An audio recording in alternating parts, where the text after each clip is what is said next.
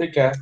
वो हम last time हमने कर्वेचर टेंसर की बात की थी, उसी कर्वेचर टेंसर को हम कंटिन्यू करते हैं और आज हम कर्वेचर टेंसर की बात करेंगे फॉर अ यूनिट स्फीयर, यानी कि हम एक मैनीफोल्ड के ऊपर यूनिट स्फीयर। आपको पता है हमने जब से ये कोर्स शुरू किया, मैं S2 को प्रूव किया हमने कि मैनीफोल्ड और S2 के ऊपर बहुत सारी चीजें की।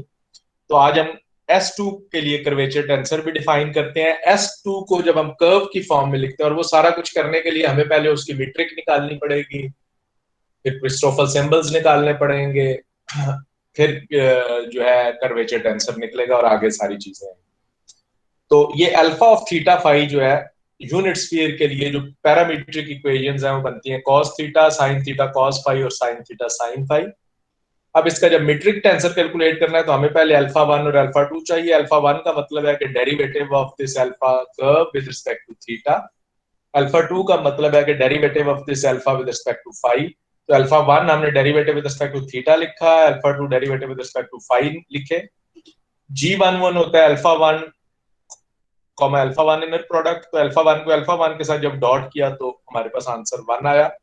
जी वन टू और या जी टू वन जो है वो अल्फा वन को अल्फा टू के साथ इनर प्रोडक्ट करेंगे, वो आपके पास जीरो आ रहा है ये आपके सामने। सिमिलरली जी टू टू होगा अल्फा टू को अल्फा टू के साथ इनर प्रोडक्ट करें तो वो आपके पास साइन स्क्वायर थीटा बचता है। तो इसका मतलब ये है कि आपके पास जो जी वन वन वन है, जी टू वन जीरो है और G two two sine square theta है। जब हम इसका इनवर्स लिखेंगे तो वो one zero zero one over sine square theta बन जाएगा। नेक्स्ट हमारे पास स्टेप यानी कि स्टेप्स लिखे हुए। स्टेप वन में आपको अगर कर्व दी हुई है तो आप उसका मीट्रिक टेंसर निकालेंगे। स्टेप टू में आप उसके क्रिस्टोफल सिंबल्स कैलकुलेट करेंगे। चूंकि ये 2D स्पेस है, इसमें दो वेरिएबल्स हैं थीटा और फाई, और इसके 8 कंपोनेंट्स बनेंगे। One one one one one two one two one one two two two one one two one two two two one और टू टू टू। हमने फार्मूला हमें पता है क्रिस्टोफल सिंबल्स का, एबीसी गामा एबीसी इक्वल होता है one by two G A D G D B comma C G D C comma B minus G B C comma D. A B C को जब one one one put करेंगे तो ये इसके components निकलेंगे। आपको पता है कि इसके ऑफ डायगोनल एंट्रीज जीरो है, सिर्फ जी वन वन और जी टू टू सर्वाइव करता है, जिसमें से जी वन वन भी कांस्टेंट है, उसके डेरिवेटिव जीरो हो जाएंगे। तो ये सारे जो जी वन वन के डेरिवेटिव्स इन्वॉल्व है और जी वन वन वन है तो ये सारे जीरो हो गए। Similarly gamma one two one one one two calculate किया, वो भी जीरो आया। वन टू टू जो कंपोनेंट है वो इसका नॉन जीरो आता है, तो उसको भी जब फार्मूला पुट करेंगे जी वन डी, तो डी वन हो सकता है क्योंकि जी वन टू और जी तो जीरो है, तो जी वन वन होने के लिए डी को वन होगा। तो ये आपके पास आ जाएगा G two two comma one. G two two comma one का मतलब है G two two sine square theta है, कॉमा वन का मतलब है उसका थीटा की रिस्पेक्ट से डेरिवेटिव, तो ये minus sine theta cos theta बच जाता है one two two. Similarly two one one two two one और टू वन टू जो है ये नॉन जीरो कंपोनेंट बनेंगे, और इसको भी जब आप फार्मूला खोलेंगे उसमें वैल्यूज सब्स्टिट्यूट करेंगे तो आप देखेंगे कि ये कोटेंजेंट थीटा बनता है और two two two is equal to zero. तो यहां भी तीन नॉन जीरो कंपोनेंट्स आए हैं, एक वन टू टू, एक टू वन टू और एक टू टू वन। ये तीन नॉन जीरो कंपोनेंट्स हैं क्रिस्टोफल सिंबल्स के जो अपीयर हुए। स्टेप थ्री में हम करते हैं कि कैलकुलेट द रीमान टेंसर, क्योंकि रीमान टेंसर बेस करता है ऑन द क्रिस्टोफल सिंबल्स। तो R A B C D जो फॉर्मूला है वो इक्वल है gamma A B D comma C minus gamma A B C comma D. ये मैं माइनस अंदर मल्टीप्लाई करके बोल रहा हूँ। तो ये फार्मूला आपके सामने लिखा हुआ है। यहाँ पे भी आप ये चार इसके जो है आपके पास इंडिसेस हैं, एक ऊपर और तीन नीचे। लास्ट लेक्चर में हमने कहा था कि जब 2D स्पेस होगी तो 2D स्पेस में जो इंडिपेंडेंट कंपोनेंट है वो एक ही बचेगा, वन टू वन टू। तो हम इसमें यानी कि हमें बाकी कैलकुलेट करने की जरूरत नहीं है, हम इसमें कैलकुलेट करेंगे R one two one two. तो जब आप ए को वन, बी को टू, सी को वन, डी को टू पुट करेंगे फार्मूले में तो ये फार्मूला बन जाता है। ये तो डायरेक्टली पहले ही जो अंडरलाइन हुए हैं रेड लाइन में ये तो जीरो है। जो ये है one two two comma one, ये नॉन जीरो है चूंकि गामा वन टू टू की वैल्यू जो है minus sine theta cos theta आती है। और इसी तरह जब पी को आप यहाँ पे टू रखेंगे तो ये वन टू टू और ये टू टू वन जो है ये भी नॉन जीरो आएंगे। तो जब इनकी वैल्यू सब्स्टिट्यूट करेंगे तो ये साइन स्क्वायर थीटा आपका बच जाता है। तो R one two non zero component आया जिसकी वैल्यू साइन स्क्वायर थीटा आई। चूंकि R1212 पता हो तो R1221 और R1212 की वैल्यू भी हम निकाल सकते हैं, क्योंकि R1221 जो है वो -R1212 के इक्वल है, तो ये माइनस साइन स्क्वायर थीटा हो जाएगा। सिमिलरली RABCD जो है वो इक्वल होता है GA के RABCD के। जी जी, कोई पूछना चाह रहा है कुछ? सर ये पी जी क्या है जी, सर, इसका बता दो। अच्छा जी, पी भी बता देता हूँ। ये जो पी है, ये स्मॉल पी जो है, ये डमी इंडेक्स है ना, ये फार्मूले के अंदर ये डमी इंडेक्स है। रिपीटेड इंडेक्स का मतलब है, इसका मतलब है समेशन है।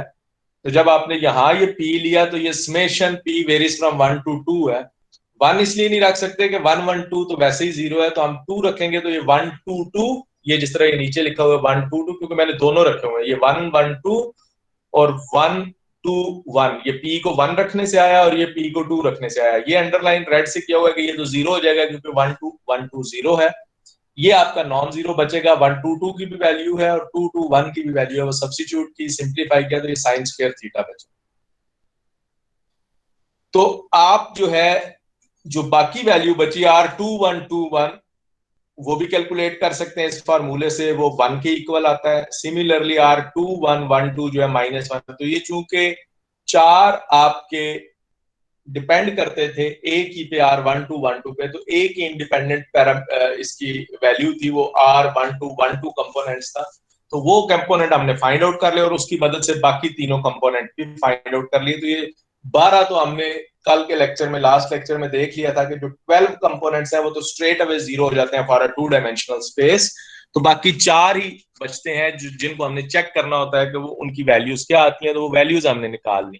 तो ये 4 जो नॉन जीरो कंपोनेंट्स आएंगे रीमान कर्वेचर टेंसर के।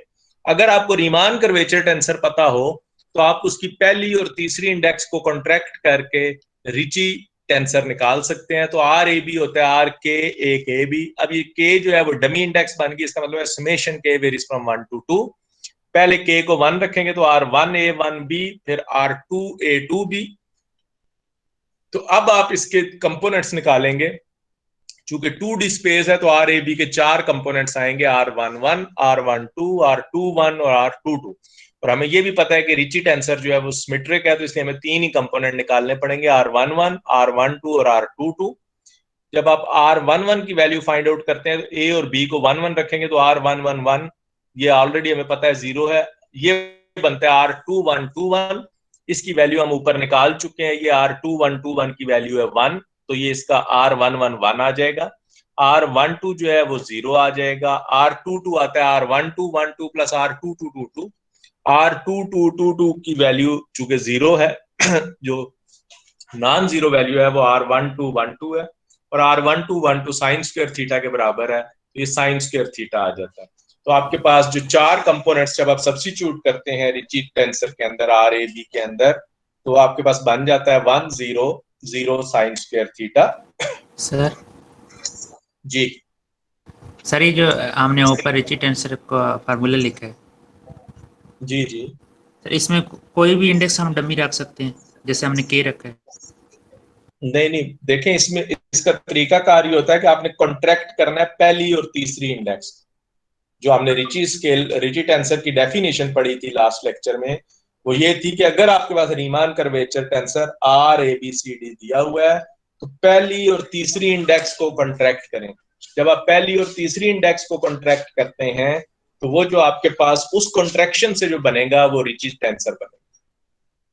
पहली और पहली को नहीं, पहली और चौथी को नहीं, पहली और तीसरी को। ठीक है, ठीक है सर। ये उसके कंपोनेंट्स आ जाते हैं। सिमिलरली जब आपके पास ये कंपोनेंट आ जाए तो आप स्टेप 5 के अंदर रिची स्केलर कैलकुलेट कर सकते हैं। और रिची स्केलर आपके पास होता है RGAB यानी कि, तो इसको जब आप खोलेंगे, अब ए पे भी समेशन है, बी पे भी समेशन है, तो ये बन जाएगा G11 R11 plus G22 R22। मैंने अगले कंपोनेंट इसलिए नहीं लिखे कि G12 G21 और R12 वो 0 है ऑफ डायगोनल एलिमेंट्स, तो सिर्फ डायगोनल वाले सर्वाइव कर रहे हैं, तो इसलिए G11 R11 plus G22 R22 हमने लिखा। तो जब आप इसके अंदर वैल्यू सब्स्टिट्यूट करते हैं, G11 की वैल्यू 1, R11 की वैल्यू 1, G22 की वैल्यू 1/sin स्क्वायर थीटा और R22 की वैल्यू sin स्क्वायर थीटा, तो आंसर आ जाता है 2। तो लास्ट टाइम मैंने आपको बताया था कि जब भी हमने रिची स्केलर निकालते हैं किसी स्पेस के लिए और रिची स्केलर अगर नॉन जीरो आ जाए तो हम कहते हैं कि वो एक कर्व्ड स्पेस है या कर्व्ड सरफेस है। तो इससे यहां से हमने कैलकुलेट किया फॉर अ यूनिट स्फीयर और हम इस नतीजे पे पहुंचे कि जो रिची स्केलर है वो नॉन जीरो आता है। देयरफॉर जो आपके पास स्पेस है due to the unit sphere, वो जो स्पेस बनती है, ये जो मैनीफोल्ड बनता है, वो एक कर्व्ड सरफेस बनती है। नेक्स्ट हमारे पास एक डेरिवेशन है, एक फेमस टेंसर है जिसे आइंस्टाइन टेंसर कहते हैं। उसकी हल्की सी डेरिवेशन हम कर लेते हैं। और आइंस्टाइन टेंसर जो है यूटिलाइज होता है, जो आइंस्टाइन ने अपनी जनरल रिलेटिविटी के अंदर आइंस्टाइन फील्ड इक्वेशंस दी थी फॉर डिस्क्राइबिंग द यूनिवर्स। तो वो जो इक्वेशंस हैं वो बेस करती हैं आइंस्टाइन टेंसर के ऊपर। तो यहाँ हम आइंस्टाइन टेंसर को डिराइव करेंगे। तो दी सेकंड बायांकी आइडेंटिटी से हम इसको ड्राइव करते हैं। सेकंड बायांकी आइडेंटिटी में हमने पढ़ा था RABCD सेमीकोलन के, और हमने कहा था कि जो आखिरी 3 इंडिसेस हैं सेमीकोलन के साथ, इनको आप अगर साइकिल में इंटरचेंज करें, एडअप करें, तो रिजल्ट जो है ऑलवेज 0 होगा। फिर semicolon stands for the covariant derivative. Similarly हमें ये भी पता है कि हम ऊपर से इंडेक्स को नीचे गिरा के लोअर करके एक जो कोवेरिएंट कर्वेचर टेंसर भी लिख सकते हैं जिसकी चारों इंडिसेस नीचे हैं, और ये भी हमने लिखा था लास्ट लेक्चर में। तो GKARABCD इक्वल हो जाएगा RKBCD के। तो अब हम क्या करते हैं, वो कहता है कि ये जो आपने एक्सप्रेशन लिखा है इस पे कोवेरिएंट डेरिवेटिव अप्लाई करें ऑन बोथ साइड्स। तो हमने इसके लेफ्ट हैंड साइड पे भी कोवेरिएंट डेरिवेटिव अप्लाई किया P सेमीकोलन P करके, और राइट साइड पे भी अप्लाई किया। Covariant derivative of the metric tensor always 0 होता है। तो ये जो मैंने रेड अंडरलाइन की हुई है ये टर्म 0 हो जाएगी, सिर्फ ये टर्म सर्वाइव करेगी। तो आपके पास GKRABCD सेमीकोलन P इक्वल हो जाएगा RKBCD सेमीकोलन P। ये यानी कि जब भी मीट्रिक टेंसर ऑपरेट होगा, जो कॉन्ट्रावेरिएंट रीमान टेंसर है वो कोवेरिएंट रीमान टेंसर बन जाएगा। तो अब हम कहते हैं कि अब मल्टीप्लाई कर दें with the metric tensor equation 1 को GMA, और जो ऊपर वाली इंडेक्स है उसके साथ एक नई इंडेक्स लगा के GMA।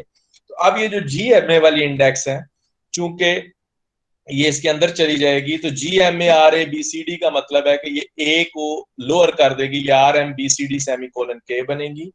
यहाँ पे भी ये A को लोअर कर देगी, RMBDK सेमीकोलन C। यहाँ भी A को लोअर कर देगी, RMBKC semicolon D is equal to 0 आ जाएगा।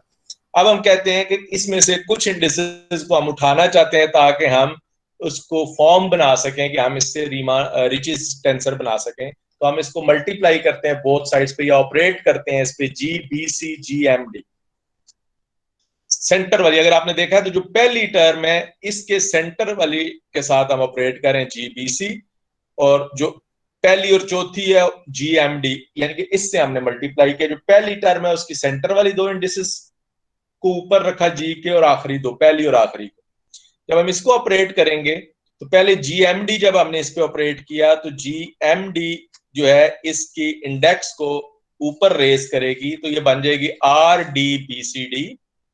आप देख लें M वाली इंडेक्स कॉमन है तो एक इंडेक्स ऊपर रेज हुई।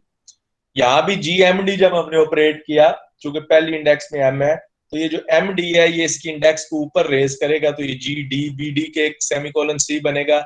यहाँ पे हमने BC को पहले ऑपरेट किया। जब हम BC को पहले ऑपरेट करेंगे, बल्कि ऑपरेट करने से पहले हमने इसको जो पहली 2 इंडिसेस हैं इनको इंटरचेंज किया, और चूंकि फर्स्ट 2 इंडिसेस के अंदर Riemann curvature tensor skew symmetric होता है, तो जब पहली 2 इंडिसेस इंटरचेंज करते हैं तो एक नेगेटिव साइन अपीयर हो जाएगा। तो एक नेगेटिव साइन अपीयर हुआ।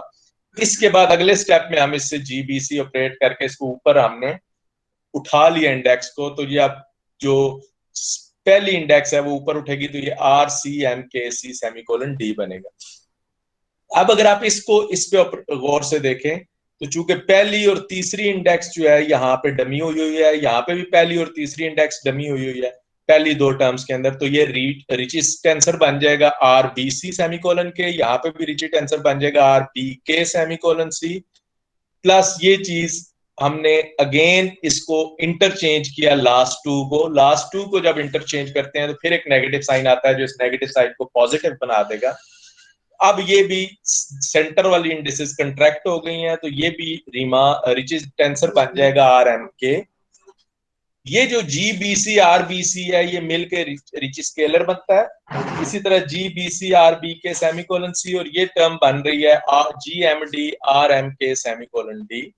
अगर आप इसको गौर से देखें तो यहाँ एम भी डमी इंडेक्स है, डी भी डमी इंडेक्स है और जी जो है उसका मकसद ये होता है कि जी इंडेक्स को रेज करे। तो जब आप इस बी की इंडेक्स को रेज करते हैं तो ये आर सी के सेमीकोलन सी बनता है और यहाँ आर डी के सेमीकोलन डी बनता है। ये दोनों एक ही टर्म है, सिर्फ डमी इंडेक्स का नाम का फर्क है, एक में सी लिखी हुई है एक में डी लिखी हुई है। दोनों डमी इंडिसेस को अगर आप सी कर लें तो ये 2 टाइम्स हो जाएगी, -r सेमीकोलन के प्लस 2r सी के सेमीकोलन सी। यहाँ पे सेमीकोलन के की टर्म है, यहाँ पे सेमीकोलन के बाद सी की टर्म है और हम चाहते ये हैं कि ये इसको मैं पहले अपोजिट फॉर्म में लिखा, अब हम चाहते ये हैं कि इसमें से मैं सेमीकोलन सी जो है कॉमन ले सकूं। इस सेमीकोलन के वाली टर्म को मैंने सेमीकोलन सी बनाना है तो इंडेक्स रिप्लेसमेंट के लिए जो यूज होता है वो क्रॉनिकल डेल्टा यूज होता है। तो अगर मैं इसके साथ क्रॉनिकल डेल्टा लगा दूं, डेल्टा सी के आर सेमीकोलन सी, तो ये डेल्टा सी के बेसिकली इसको आर सेमीकोलन के बनाएगा। ये मकसद इसका ये है कि मैं सेमीकोलन सी को बाहर ले जाऊं। तो आपके पास बन जाएगा आर सी के माइनस हाफ डेल्टा सी के आर सेमीकोलन बाय ब्रैकेट के सी इज इक्वल टू 0। तो ये जो ब्रैकेट के अंदर चीज लिखी हुई है इसको हम कहते हैं कि this new quantity is a new tensor और इसको आइंस्टाइन ने डिफाइन किया था जी के कैपिटल जी टेंसर से और ये कहलाता है आइंस्टाइन टेंसर। तो जी सी के हम डिफाइन करेंगे आर सी के माइनस हाफ डेल्टा सी के आर और आपको नजर आ रहा है कि जी सी के सेमीकोलन सी ऑलवेज 0 है। ये जो सेमीकोलन सी लेते हैं एक इंडेक्स सेम करके इसको हम डाइवर्जेंस कहते हैं। तो this shows that the Einstein tensor is a divergence free tensor. Also ये चूंकि आर सी के सिमेट्रिक है तो ये जो आइंस्टाइन टेंसर है वो भी सिमेट्रिक होगा। स्फीयर के लिए हम ऑलरेडी आर ए बी भी कैलकुलेट कर चुके हैं, कैपिटल आर भी कैलकुलेट कर चुके। जी जी सर ये 0 कैसे हुआ ये नहीं पता लगा। ये राइट साइड पे ये तो ऑलरेडी ये ये 0 दिया हुआ है, ये राइट साइड पे 0 है ना पहले से। ठीक ये 0 तो राइट साइड पे चलता आ रहा है पहले से। सिर्फ ये जो ब्रैकेट के अंदर चीज है इसकी जगह जी सी के लिख दिया। जी सर। इसको डाइवर्जेंस क्यों कह रहे हैं? ये टेंसर नोटेशन में डाइवर्जेंस ऐसे ही लिखा जाता है ना सेमीकोलन से। यानी कि फॉर एग्जांपल आप कहते हैं कि एक वेक्टर है ए आई, तो ए आई सेमीकोलन आई जो है डाइवर्जेंस ऑफ द वेक्टर बनता है। तो इसलिए हम इसको डाइवर्जेंस कह रहे हैं कि ये जो इसका डेरिवेटिव कोवेरिएंट डेरिवेटिव लिया हुआ है with C index, same index के साथ लेंगे तो डाइवर्जेंस बनेगा। अगर मैं ये लेता आर सी के सेमीकोलन एल, कोई नई इंडेक्स लेता तो फिर ये ग्रेडियंट बन जाता। डिफरेंट इंडेक्स के साथ लेंगे तो ग्रेडियंट बनेगा, सेम इंडेक्स के साथ लेंगे तो ये डाइवर्जेंस बनता है। ठीक है, तो हमने अभी कैलकुलेट किए थे मीट्रिक टेंसर स्फीयर के लिए रिचेस टेंसर, उसके ये कंपोनेंट्स थे 1 0 0 sin स्क्वायर थीटा और रिचेस स्केलर कैलकुलेट किया था 2। तो जब आप इसके जी के कंपोनेंट्स निकालेंगे तो जी 1 1 और ये रिचेस टेंसर जो है ये इसकी इंडिसेस नीचे हैं। तो पहले हम इंडेक्स रेज करेंगे क्योंकि इस फार्मूले में जो रिची टेंसर यूज हुआ है उसकी एक इंडेक्स ऊपर है एक नीचे है। तो इंडेक्स उठाने के लिए आपको पता है मीट्रिक टेंसर यूज होता है। तो हम आर बी सी अगर ऊपर इंडेक्स लेके जाना चाहते हैं तो जी बी सी जो इनवर्स मीट्रिक टेंसर है वो ऑपरेट करेंगे। तो वो ऑपरेट करने के बाद इसके R1 1 1 हो जाएगा, R1 2 R2 1 0 और R2 2 भी 1 हो जाएगा। जब ये वैल्यूज हम इस जी के फार्मूले में सब्स्टिट्यूट करते हैं तो हमारे पास जी के तमाम कंपोनेंट 0 आ जाते हैं इस पर्टिकुलर केस में। तो आइंस्टाइन टेंसर इस केस में 0 होता है। जो आइंस्टाइन फील्ड इक्वेशंस थी वो आइंस्टाइन टेंसर को कहती हैं कि आइंस्टाइन टेंसर जो है वो ग्रेविटी का पार्ट है, इसलिए इसे कैपिटल जी से लिखते हैं because it is the representative of the gravity.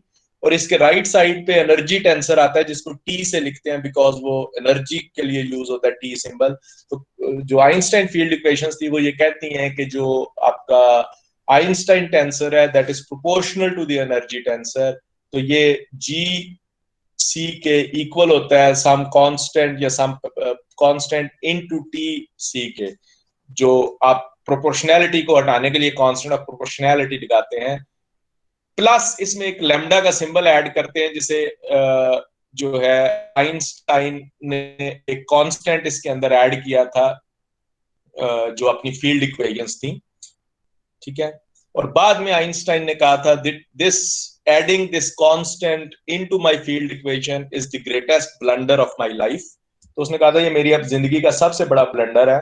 Laterally जब ये रिवील हुआ कि जो यूनिवर्स है दैट इज एक्सपेंडिंग, कि हमारी जो यूनिवर्स है जिसके अंदर रह रहे हैं हम, this is expanding with time, कि टाइम के साथ एक्सपेंड हो रही है। जिस तरह आप बैलून है ना, उसको फुलाना शुरू करते हैं तो वो छोटा होता है, और आप लगातार उसमें हवा भरते जाए तो वो बड़ा होता जाता है। इसी तरह ये यूनिवर्स भी एक्सपेंड कर रही है विद द टाइम। तो वो जो एक्सपेंशन है वो आइंस्टाइन फील्ड इक्वेशन में उसी सूरत में प्रूव होती है कि जब वो कांस्टेंट, जिसे आइंस्टाइन ने कहा था it's my greatest blunder of my life, वो कांस्टेंट अगर ऐड ना करें तो वो एक्सपेंशन जो है वो एक्सप्लेन नहीं होती। तो वो आइंस्टाइन की मरने के बाद रिवील हुआ कि वो जो कांस्टेंट उसने ऐड किया था वो वाकई ही वहां पे होना चाहिए था। वो उस वक्त तो उसने कहा कि ये this was a greatest blunder of my life, but latterly it is proved कि वो करेक्टली जो है उसने एड अप किया था अपनी इक्वेशंस के अंदर। ठीक है जी, आज की डिस्कशन